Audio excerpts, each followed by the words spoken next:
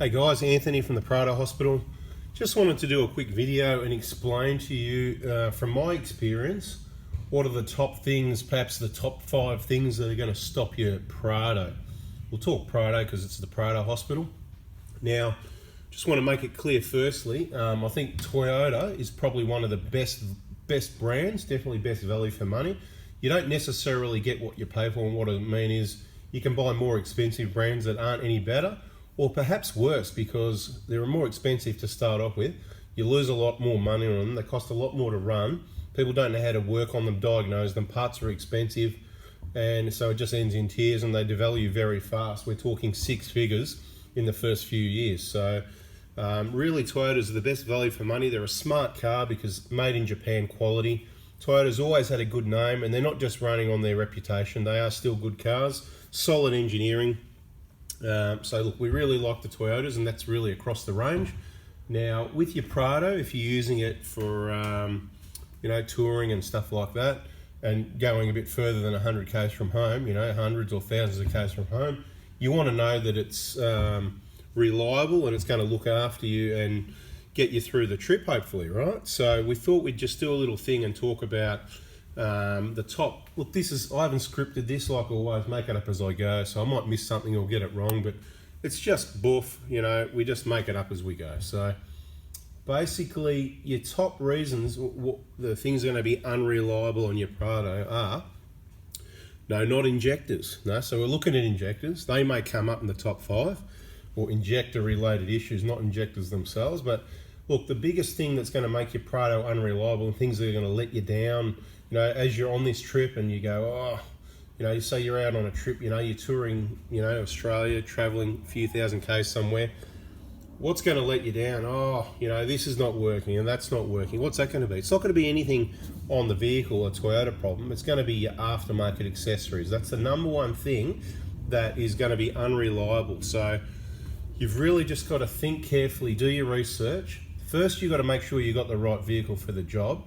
And then you've got to make sure that you don't bolt on and modify things that are going to adversely affect the reliability of the vehicle. And there's a very long list of things. We're going to have to do those in another video because we have forever going through, everything from bull bars, UHF, lift kits, tyres, gauges for this. It just goes on. There's hundreds of things we can talk about. So you decide what you need and what you don't. I'll say less is more, okay? So minimal modifications, and be very careful what you choose to use, what products, and who you let do it. So that's your number one thing that's going to let you down, okay? And it may not be those things, it may not seem like them, but it's caused by those things that have changed that standard Toyota vehicle from what it is. It's no longer a Toyota. If you pick some cheap Chinese brands, then you're kind of turning it into you might as well have brought a Great Wall. Anyway, let's not go there. So aftermarket accessories modifications are one of your biggest things that, one of those is going to let you down. Now, on the Prados, and let's talk about the Hiluxes, they are very awesome vehicles. We are going to go through a few actual items on those vehicles that will let you down eventually, and they will probably let you down eventually. It will happen. Never say never. I say that, like I said, my son says, he just said it twice though. Anyway, look, I could say water pumps are always going to leak in the end, but we've got cars with hundreds of thousands of k's that don't have water pumps leaking. So we're going to start with the top things first. Now, probably the most known about issue is stuff related around injectors, and as I've explained before, it's not really an issue with the injectors, it's not an issue with the seats, there's not really an issue if you understand it. It's not understanding it is the problem. So first you've got to understand the risk of contamination, you've got to understand the situation with the blow-by when the seats leak and carbonising the engine oil and blocking the oil pickup. That's not an injector issue, that's a seat issue.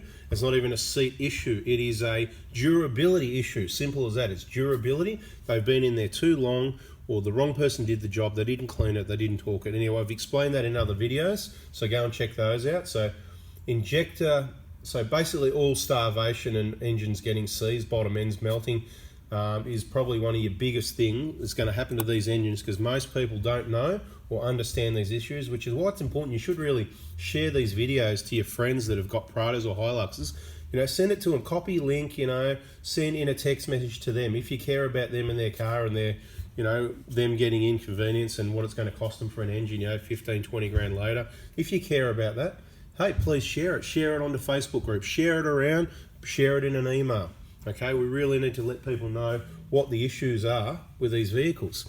So the blow-by, that's probably a big one. Injectors are eventually going to wear out, okay? So they are wear and tear items like your tyres, you know, 150, 200,000 Ks, thereabouts.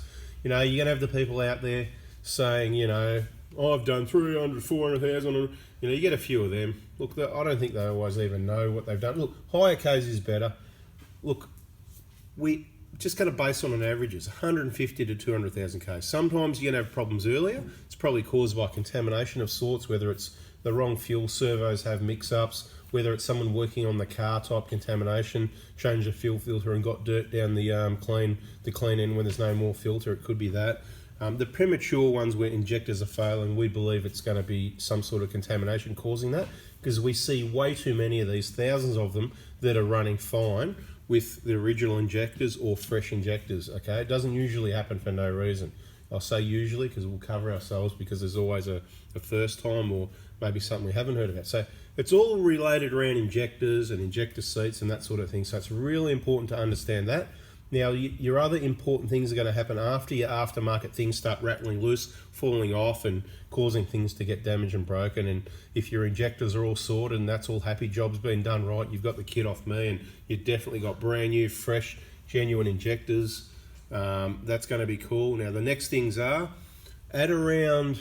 Now these things, if you are only using the vehicle as a shopping trolley, taking the kids to school, staying within 100 or so Ks of home, you don't really need to worry about much else, just all your normal service, or basically what we say normal service. A little bit different to the Toyota thing. They wrote that book, you know, before the vehicles are on the road. We're a little bit different based on reality, where we sort of say, well, we don't do those items, but we do those items.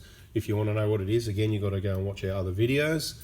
But do your service. Now, for people that are going to do some remote touring and whatever, and they want to be able to work out what's what before it happens, well, this is where it all starts for you. I know we're 7 minutes in, but it was important to cover that because we're talking to everyone, not just you.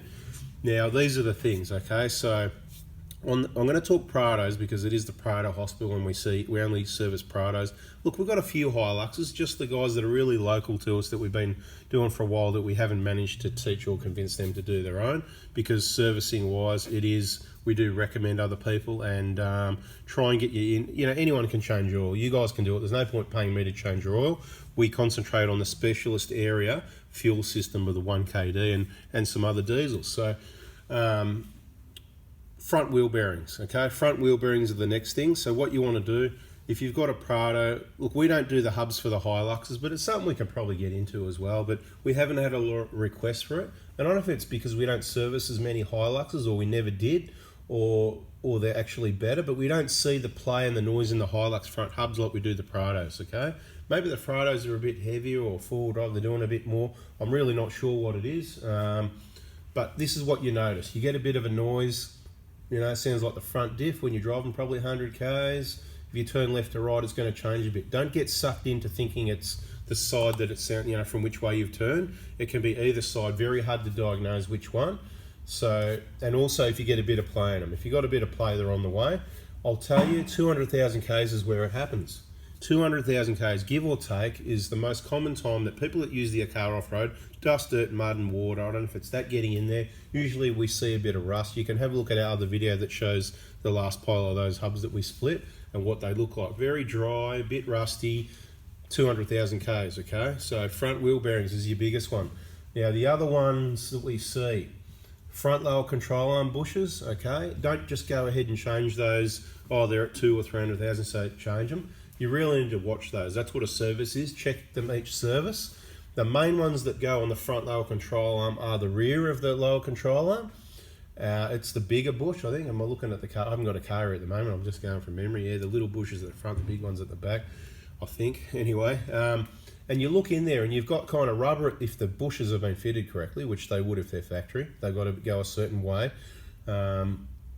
You'll see there's like a slot at each side and rubber at the top and the bottom. The rubber at the bottom starts splitting through, is the one you can see.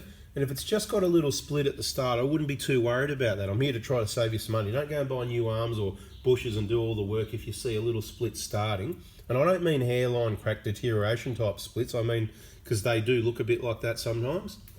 Look, I'll throw it out there. It's important to watch our other video that explains about what causes a lot of the cracks with these bushes as well. So that goes back, I don't know, about a year or something. There's 2 videos. I got interrupted by a call, like I did twice when I was making this video. I started again, 3rd time lucky this time, hopefully. And now it's a bit later in the day, so I'm kind of not with it like I was earlier. I really had a good video going earlier, and this one's kind of just dribbling on a bit. But anyway, those front lower control arm bushes, monitor them. When you see the split 10-20% of the way across, yeah, they've started. When you see it 40 or 50%, I hope you sort of save some of your money, because you should have started when you saw them about 10 to 20% split. Once they get towards the split halfway across, you need to order those parts. So give me a ring. I can direct you, you know, whether you're buying them off me or somewhere. Doesn't matter. I don't care. I'm just here to help you. I don't care if you buy it off me or not. If you want to support me, I can get them for you a bit cheaper. Make a little bit of money. We're all happy. If you think you can get them somewhere else, that's good too, right? Not going to hold it against you, whatever you want to do. If they passed halfway split, you really need to get onto it. Once they're past halfway, that's, you know, you want your stock coming in, there's your parts, there you are. You need to sort of book a day and work out how to do it. And we'll probably have a video on that soon enough on how to change those front lower control arms for those that obviously would be easier than just trying to figure it out. So that's the other big one. I'm struggling, you know, the MAP filter, that comes part of the injector kit, it leaks oil everywhere. They don't have, the 1KDs don't have any oil leaks except that little O-ring on the cap that's above the starter motor. We've done a video on that a couple of times.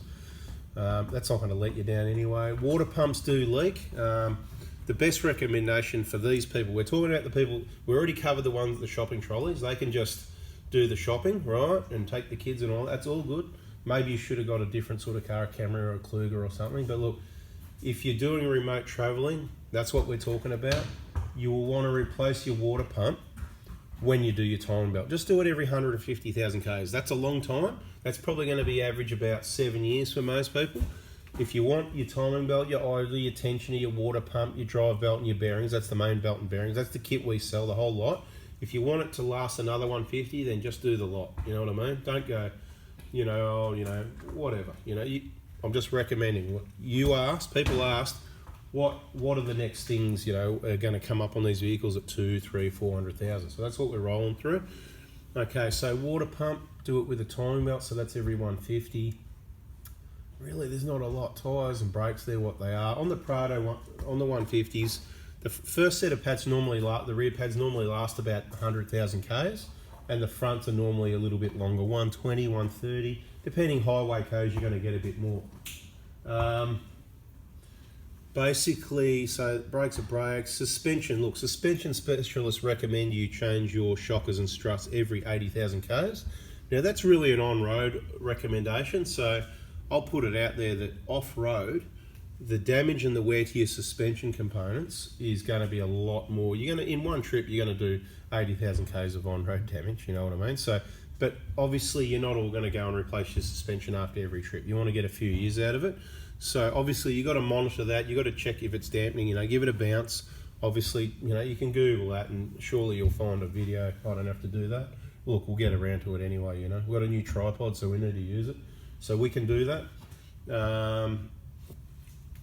But look, I'd sort of say by time, about every 100,000 Ks, if you've got good quality four-wheel drive suspension, you're probably going to want to change it every 100,000 Ks anyway, or every few years, you know, sort of 3 year, 100,000, yeah, that sounds about, that's a guide for you, you know what I mean? So don't expect, because you've gone and spent this money on suspension, it's going to last forever, because it is a wear and tear component, like the tyres. Remember the safety triangle. Tyres, that's what grips on the road. Brakes is what stops it, and the shock absorber's job is to keep that tyre on the road in contact best it possibly can, because your suspension is on a spring, and what does a spring do? We know what springs do, they bounce, right? So if your shockers aren't working or aren't working well, it's, you know, the roads aren't flat, so you're coming up to a stop and the road's a bit rough or corrugated or whatever, your wheel's in the air. You can't get braking efficiency if your wheel's not in the air. It can increase your braking distance massive amount. So be aware about your suspension. If it's flogged, it can be very dangerous. Okay, so suspension, tyres, brakes, a few bushes. Look, the other bushes we see, we're talking 300,000 Ks or more, all vehicles that do a lot of rock hopping, sort of a lot of full driving on a lot of rough terrain, like Fred up there in New South Wales and Glenn, and there's a few guys down here, but I just thought I'd throw that out there in case they watch the video. They might have a chuckle they got to mention. But anyway, they're out there a bit, you know, and probably, who else? Jeff, he's up there as well. He's out there a lot of weekends putting up the camping photos. I'm sure there's more. If you want to get a mention, hey, more posts on Oz Prado Crew. Show us your weekends out and your camping pictures and you'll get a mention. Okay, so rear upper trailing arm bushes is the one. So on the back, on the rear diff, you've got the lower trailing arm and the upper one, right? Or control arm, whatever you want to call it. I think, you know, on these we'll call it the rear upper trailing arm. So that's the arm that connects the diff to the body of the car, and it's up high above, you know, one of them's up near the exhaust sort of thing. Those bushes, they can get a bit cracked, not usually too bad, and that can cause you to feel a bit of a thumping when you put your foot on and off the brake at the lights, you know. That can be a combination of that, or just the tail shaft, the slip joint need lube or a bit of wear. It's binding, sticking a bit. I wouldn't worry about it too much. It can be a bit annoying, but I just say move on, get over it. As the cars get older, they're going to get these things, and you could spend a lot of money trying to fix things that don't matter. It's certainly not going to stop you. What is going to stop you? I'll tell you what, on these cars, nothing. Make sure your wheel bearings are done. That's risky. Turbos seldom have issues, okay? And someone will probably say, oh no, we have turbo issues all the time or whatever. Look, a turbo shop or someone that specialises in turbos, that's how it'll seem to them. We don't see turbo issues. Probably maybe 1 or 2 cars a year. That's including people that ring me, not just our area, the cars we work on. People that ring me about issues and whatever. Really, quite often the 1251, you just need to lube that little arm on the, you know, on the turbo. Rarely do we see turbo issues. We never see supply pump issues. The engines are awesome. You know about how to prevent the cracked piston. We're not going to explain it again here. What else is going to let you down? I'm really struggling here. Water pump might leak. You know, even with a water pump leaking, you can top it up. It's only going to use a little bit, you know, a little bit of coolant, and the car's going to keep going. What's going to stop you? The only thing that, look, even a cracked piston is not going to stop you. Let's touch on that. You know, if you were to crack a piston, I've had the story told to me a number of times and help people get back to where they need to be. And look, you can limp the vehicle at probably 60 kilometres an hour, take it easy up the hills. You can't push it, or you're going to burn, or you're going to throw the oil through that hole in the piston and run out of oil. You can go for hundreds of kilometres without using much oil at all whatsoever. I can assure you of that, depending on the crack in your piston and how hard you've got to drive. If you're towing, it might not work out. But you know what I think about towing a lot of heavy things, long distances in these vehicles? It's more likely one day this could happen. It could be a long way down the track if you've done all the correct prevention, but it could happen anyway because it's just a little 4-cylinder. It's not a Prado or Hilux or Toyota or diesel issue, as some people would have you believe. It's a small 4-cylinder engine issue. That's what it is.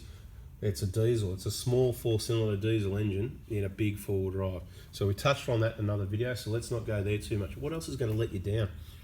You got to have your spare tyres. What other bearings? Look, rear axle bearings. Once they get around 300,000 or 400,000 Ks, recently I was in a 120 and I heard what I believe is probably a rear axle bearing noise. Not too sure about that. I'm going to speak to him again soon because we've got another one that we believe has got that noise. We're going to sort that out. That's fairly rare in the Prados, but it does happen. Never say never. Possibly maybe from overloading doesn't help.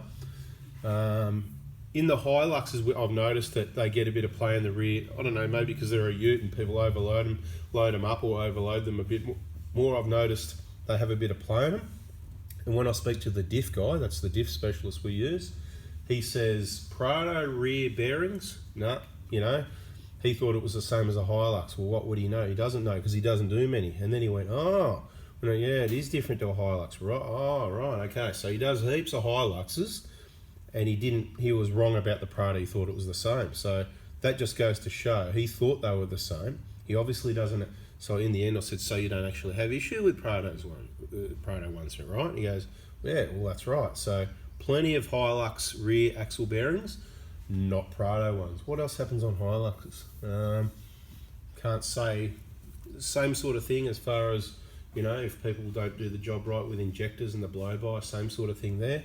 Look, they're solid vehicles, that's what I want to say. If they're serviced right, from everything we recommend and generally what the book says, fuel filters, air filters, diff oils, lots of oil changes, we recommend on any vehicle every 5,000 Ks.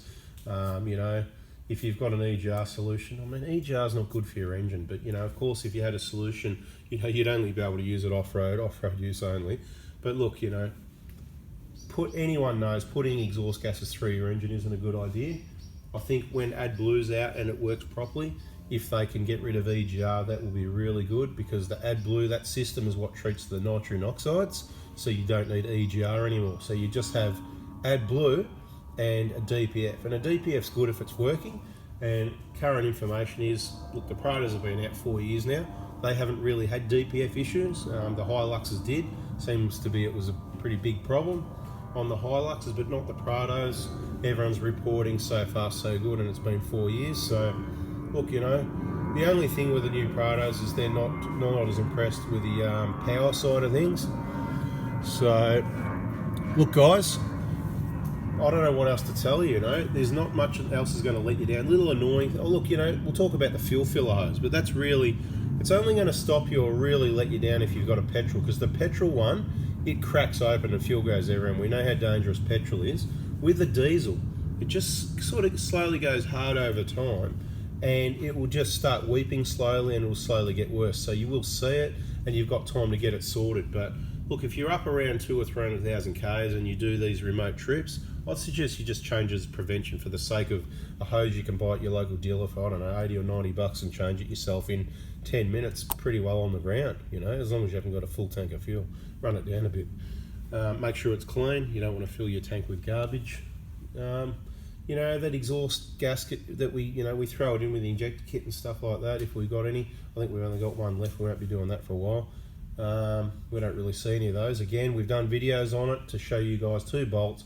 You can do it yourself. You don't need to pay us to do that.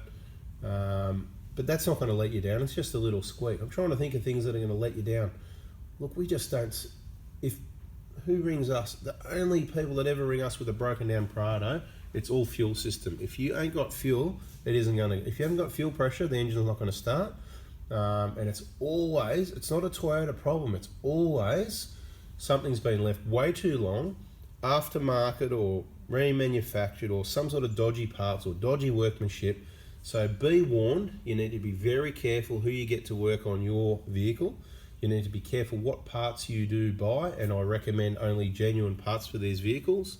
If you're not sure about that, just go and watch all the other videos. Make sure you subscribe. 4x4 Diesel, bingo, and there'll be more videos coming your way. I don't know if I talked a lot, that's for sure. I think I need a drink, but that was the idea, to just show you, look, there just ain't that much going to go wrong with these Prados and Hiluxes. They're good vehicles, and with the right service and that, they're just going to keep going and going and going. They're definitely the best option. There's other brands, makes and models out there that you haven't got someone like me telling you what the problems are, so it may seem they're better, but just be very careful, because it's not what you think. The 1KDs are awesome. I'm not saying the 1GDs are bad either. I like the Toyota brand stuff. If you want to go into a 1GD, or you have, no problem at all. You know, the DPF, you know, they've had problems in all other brands for a long time, but perhaps maybe Toyota pretty well got it right on the Prado. So far so good. Don't go deleting it, like I said recently. Don't go deleting the DPF, you know, because it might give you, wait till you've had an issue, and then obviously if it's under warranty, you can get it sorted out. Once it's outside warranty, if they're not going to look after you, and it's going to cost you thousands and thousands of dollars, I don't think anyone would hold it against you if you did go and get that cleaned out, if you know what I mean, cleaned out permanently. All right, guys, thanks for watching. Have a nice day. See ya.